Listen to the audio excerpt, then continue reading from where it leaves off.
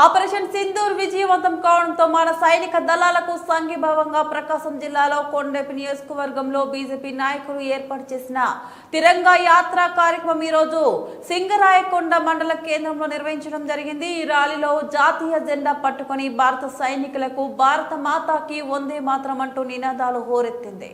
ఈ కార్యక్రమంలో బీజేపీ జిల్లా అధ్యక్షులు శ్రీనివాసులు, నియోజకవర్గ ఇన్ఛార్జ్ మిడిసల బాలకోటయ్య, రమేష్, కోమలరావు, ప్రియ రాధిక, తన్నీరు లక్ష్మి ప్రసాద్, మధు, రామకృష్ణ, అల్లరి రామయ్య మరియు టీడీపీ సింగరాయకొండ మండల అధ్యక్షులు వేల్పుల సింగయ్య, జనసేన పార్టీ కొండపి నియోజకవర్గ సమన్వయకర్త కనపర్తి మనోజ్ కుమార్, ఐనాబతిన రాజేష్ గూడ, శశిభూషణ్, కాసుల శ్రీను, అనుముల శెట్టి, కిరణ్ బాబు, రాజు, దారం పవన్ కుమార్, మెండ మహేంద్ర బాబు మరియు జనసేన, బీజేపీ, టీడీపీ నాయకులు పాల్గొన్నారు।